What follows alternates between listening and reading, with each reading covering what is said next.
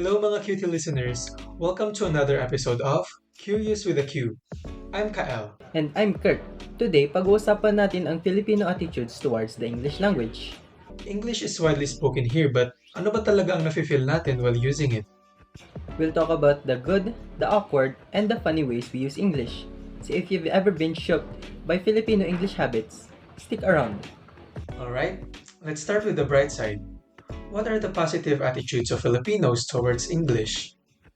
One positive attitude Filipinos have is that using Taglish makes them more confident in expressing their ideas.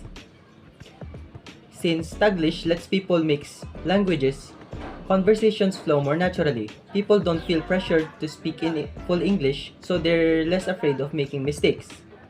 This is helpful in casual conversations, social media, and even professional settings. Exactly. It's easier to express thoughts when switching between languages. This also helps people feel more relaxed, which makes the conversation sound more natural. That's why Taglish is commonly used, especially among young people. So Kyle, what do you think is another Filipino's positive attitude towards this? Another positive attitude is that many Filipinos see English as a key to better opportunities. A lot of people believe that being fluent in English gives them an advantage in job applications, business, and even studying abroad. Since English is a global language, it helps Filipinos connect with the world and feel more competent in international settings. That's true. Many job opportunities require English proficiency, so a lot of people put in their effort to improve their English speaking skills because they know it will help them advance in their careers. But of course, it's not all sunshine and rainbows. Let's talk about the challenges and negative attitudes Filipinos have toward English. One major issue is the assumption that if someone speaks English fluently, they must be smarter. This creates unnecessary pressure to be fluent, even though intelligence isn't measured by language proficiency. Sometimes this leads to discrimination. People who struggle with English are looked down upon. What's worse is that this mindset can cause people to feel insecure about speaking in Filipino, as if using our own language is less prestigious. Some even develop a habit of code switching or forcing themselves to speak in English just to be seen as more educated. This reinforces the idea that English is the superior language, pushing Filipino further into the background. In reality, true intelligence is about understanding and expressing ideas clearly, no matter what language is used. That's true.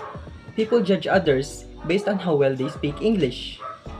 If someone makes mistakes or has an accent, others might think they're not as intelligent, which is unfair. Language is just a tool, it doesn't define intelligence. To add, some parents are now teaching their children to speak only in English instead of Filipino.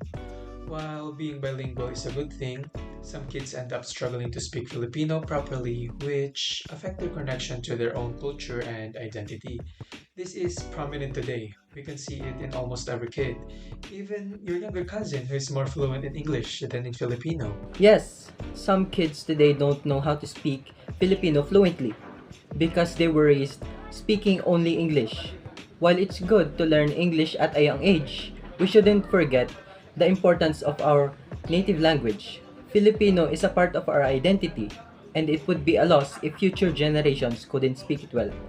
Maybe this happens because of our westernized mentality, where English, as what I said earlier, is often seen as superior or more prestigious.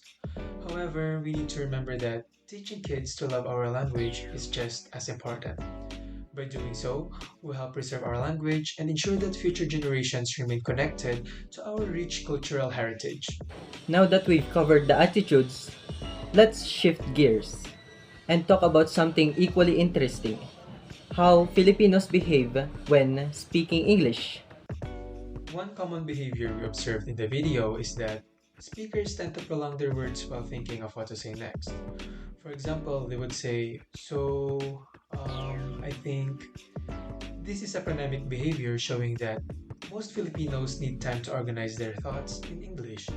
This is noticeable in school presentations and recitations, When people aren't confident, they tend to stretch their words. This shows that even though many Filipinos can speak English, there's still some hesitation, especially in formal settings. Another interesting observation is their body movements. We noticed that some people move a lot, shifting from side to side, scratching their heads, or fidgeting. This kinetic behavior suggests that they feel nervous or self conscious while speaking English. These excessive movements help them release tension. Right, you can tell if someone is uncomfortable just by watching their body language. Some also use a lot of hand gestures to explain their ideas better. This is a natural response to nervousness, especially when speaking in front of an audience.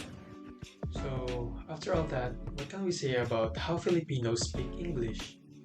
Well, it's clear that English is deeply embedded in our culture. While it boosts confidence and provides opportunities, it also comes with challenges like unrealistic expectations and cultural shifts. So at the end of the day, language is just a tool. It should bring people together, not divide them. We should appreciate both English and Filipino, and we shouldn't let language define someone's intelligence or worth. That's a wrap for today's episode. If you've enjoyed this discussion, don't forget to follow and share this podcast. And let us know your thoughts. Thank you for listening and see you next time. Goodbye.